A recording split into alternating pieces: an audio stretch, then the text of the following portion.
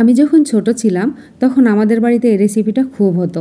আমার আম্মা ভীষণ সুন্দর রান্না করতো আর রান্নার পদ্ধতি ছিল একদম আলাদা। একটা পাতিলের মধ্যে দিয়ে কাচ্চি বিরিয়ানি রান্না করার মতো চারিদিকে সিলগালা করে দিত ময়দা দিয়ে দিয়ে তারপর এটা সারা রাত্রি জাল করা হতো। আর যে যখন ঘুম থেকে উঠবে সেই তখন চুলার জাল দিয়ে দিবে, খুঁড়ি শেষ হয়ে গেলে খুঁড়ি দিয়ে দিবে। এইভাবে রান্না হতো সারা রাত ধরে। সেটার যে কি মজা, সেই রেসিপিটা আমি আপনাদের সাথে শেয়ার করব, তবে একটু ভিন্ন ধরনের। চলুন তাহলে আমরা রান্নাটা শুরু করি। এতক্ষণে হয়তো বুঝে গেছেন এগুলো কি রান্না করব। খাসির নেহারি। খাসির নেহারি পরিষ্কার করার একটা খুব সহজ পদ্ধতি আছে, যেটা হচ্ছে আমি আগে ধুয়ে নিয়েছি, নিয়ে তারপরে গরম পানি দিয়েছি।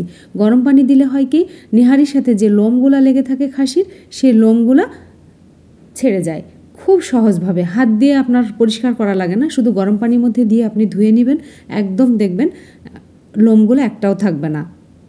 খাসির নেহারি, গরুর নেহারি পরিষ্কার করার এই একটা বড় টিপস। আমি ধুয়ে পরিষ্কার করে তুলে নিচ্ছি। আর এই নেহারি আমি রান্না করতে চেয়েছিলাম কোরবানিরটা, সেটা আর বলবো না, তবে একটা বিরাট ইতিহাস। সেটা তো হয়নি, এখন আমি কিনে নিয়ে এসে রান্না করছি। পরিষ্কার করে ধুয়ে রাখা নেহারিগুলো আমি পাতিলের মধ্যে দিয়ে দিলাম। আদা রসুন বাটা দিয়ে দিলাম পরিমাণ মতো। এইভাবে নেহারি রান্না করে পরোটা অথবা রুটি, চাউলের রুটি এর সাথে খেতে ভীষণ ভালো লাগে। কাঁচামরিচ বাটা দিলাম পরিমাণ মতো। আপনি কতটুকু ঝাল খাবেন সেই অনুযায়ী আপনি ঝালটা দিয়ে নেবেন। সাথে শুকনো মরিচের গুঁড়াও একটু দিলাম, একদম সাদা সাদা হয়ে থাকবে সেজন্য শুকনো মরিচের গুঁড়া দিলাম। ধনিয়া জিরার গুঁড়া দিলাম পরিমাণ মতো। পাঁচফোড়নের গুঁড়া দিয়েছি সামান্য পরিমাণ। হলুদ পরিমাণ মতো, লবণ স্বাদ মতো। গরম মশলা, লং, দারচিনি, এলাচ সব একসাথে দিয়ে দিলাম। একটা তেজপাতা দেব ছিঁড়ে। তেল দিব পরিমাণ মতো। নেহারিতে খুব বেশি তেলের প্রয়োজন হয় না, যেহেতু নেহারি থেকে অনেক তেল বের হয়, সেক্ষেত্রে এখানে পরিমাণ মতো তেল দেব।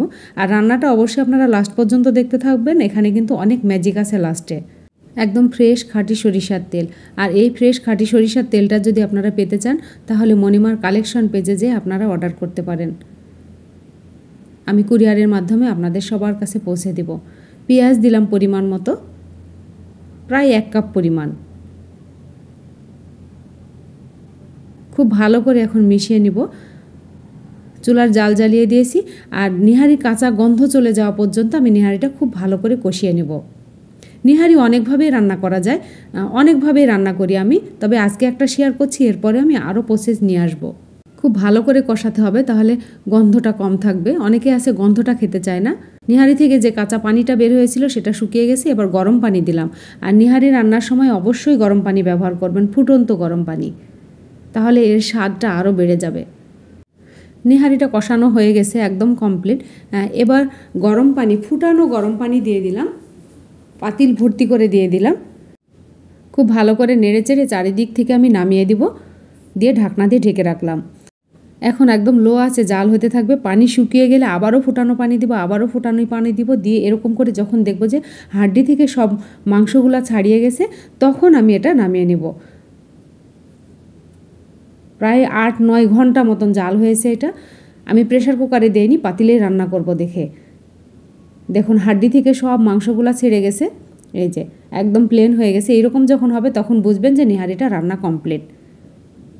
খেতেও ভীষণ ভালো লাগে। তবে এটা যদি খড়ির চুলায় হতো, আমার আম্মা যেভাবে রান্না করে দিত, সেইটা রান্না হলে আরও বেশি মজা হতো। তা আমরা তো এখন অলস হয়ে গেছি, খড়ির চুলা আমরা বাসা বাড়িতে কোথায় পাবো, সেই জন্য গ্যাসের চুলাতেই রান্না করা। লো আঁচ দিয়ে, আর জাল ঠালা লাগে না, আস্তে আস্তে হয়ে যায়। এবার আমি নেহারিটাকে একটু ফোড়ন দেব। লোহার কড়াই নিয়েছি, তেলও দিব একদম সামান্য পরিমাণ, খুব বেশি পরিমাণ তেল দেব না। 2টা শুকনো মরিচ কুচি করে নিয়েছি। এটা তেলের ওপরে একটু বাদামি রং হয়ে যাওয়ার পরে পেঁয়াজ দিয়ে দেব। একটা পেঁয়াজ কুচি নিয়েছি। এখানে 3-4 কোয়া বড় কোয়া রসুন দিয়েছি, দিয়ে খুব ভালো করে ব্রাউন কালার করে ভেজে নিয়ে ওর মধ্যে একটু শুকনো মরিচের গুঁড়া আর একটু হলুদের গুঁড়া দিয়ে আমি এখন নামিয়ে নিলাম। চুলাটা অফ করে অবশ্যই হলুদের গুঁড়া আর মরিচের গুঁড়া দিবেন, যেন ওটা পুড়ে না যায়। এখন নেহারির মধ্যে এই ফোড়নটা দিয়ে দিলাম। নেহারিতে এভাবে ফোড়ন দিয়ে খাবেন, দেখবেন আলাদা একটা মজা লাগবে। নিহারি রান্না এক ধরনের রান্না না, আমি কোনো রান্নায় একরকম করে করি না। এরপরে আমি আরও রান্না নিয়ে আসব। জিরার গুঁড়া দিলাম সামান্য পরিমাণ, দিয়ে নেড়ে চেড়ে আমি ঢাকনা দিয়ে ঢেকে রাখবো। এরপরে পরিবেশনের জন্য নিয়ে আসব। আমরা আজকে নিহারি খাবো পরোটা দিয়ে। পরোটা দিয়ে নিহারি ভীষণ ভালো লাগে, চাউলের রুটির সাথেও ভালো লাগে, তবে পরোটা দিয়েও খুব ভালো লাগে। আমার এই রেসিপিটা যদি আপনাদের ভালো লেগে থাকে তাহলে ইউটিউব থেকে দেখলে সাবস্ক্রাইব করবেন, বেল আইকন টিপে রাখবেন, ফেসবুক থেকে দেখলে ফলো দিয়ে রাখবেন, তাহলে নতুন রেসিপি আপলোড করার সঙ্গে সঙ্গে আপনারা নোটিফিকেশান পেয়ে যাবেন। লাইক, কমেন্ট, শেয়ার করবেন ফ্রেন্ডস অ্যান্ড ফ্যামিলির মাঝে। যারা নতুন তাদের শিখতে সুবিধা হবে। আপনাদের একটা লাইক, কমেন্ট, শেয়ার আমার রান্নার প্রতি অনেক আগ্রহ বাড়িয়ে দেয়। আগামী রেসিপি নিয়ে আসা পর্যন্ত আপনারা নিরাপদ, সুস্থ, সুন্দর থাকবেন। আমাদের জন্য দোয়া করবেন। আজকে পর্যন্তই।